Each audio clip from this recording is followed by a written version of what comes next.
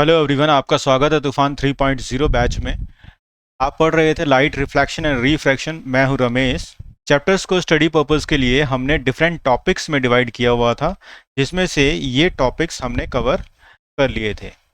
आपने अगर हमारे साथ ये टॉपिक्स कवर नहीं किए हैं, आप इस चैनल पर नए हैं, तो पहले इस प्लेलिस्ट में जाकर आप सारी वीडियोज़ को देखकर फिर दोबारा से कंटिन्यू करिए।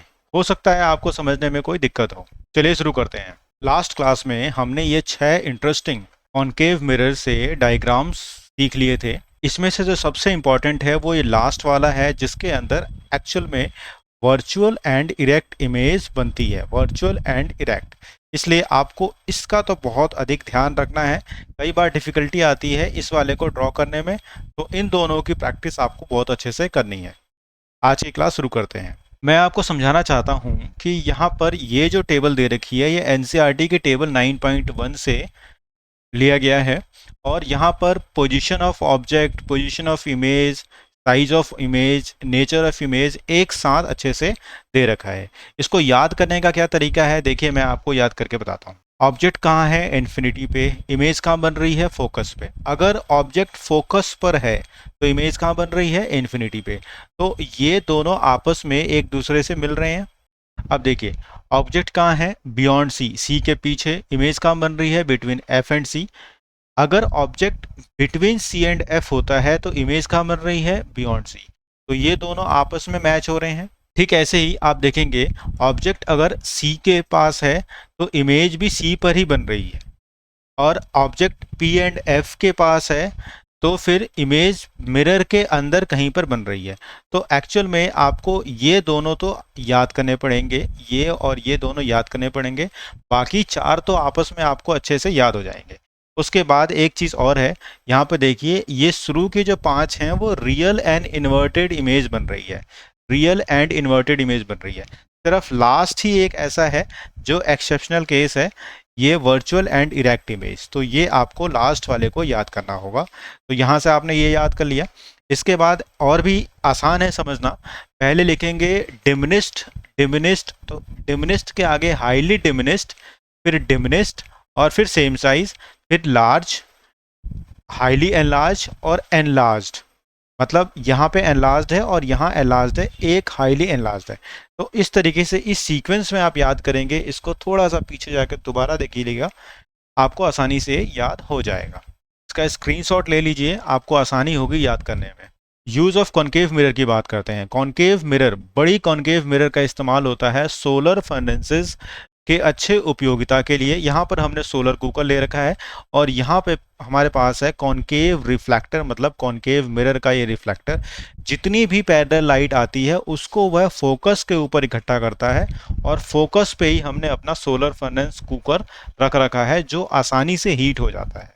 दूसरा यूज है डेंटिस्ट मिरर। डेंटिस्ट इसे दांतों के पीछे वाले हिस्से को देखने के लिए इस्तेमाल करते हैं। इसकी दो खूबी है, एक तो दांत हमें बड़े साइज में दिखते हैं, और दूसरा ये आसानी से, बहुत छोटा सा मिरर है जो आसानी से माउथ के अंदर एंट्री कर जाता है। याद करने वाली बात यह है कि क्वेश्चन में आपसे पूछा जाता है कि डेंटिस्ट दांतों को किस पोजीशन पे प्लेस करने की कोशिश करता है। तो ये पोजीशन है जहां पर डेंटिस्ट टीथ को प्लेस करता है ताकि उसकी इमेज इतनी बड़ी दिखाई दे।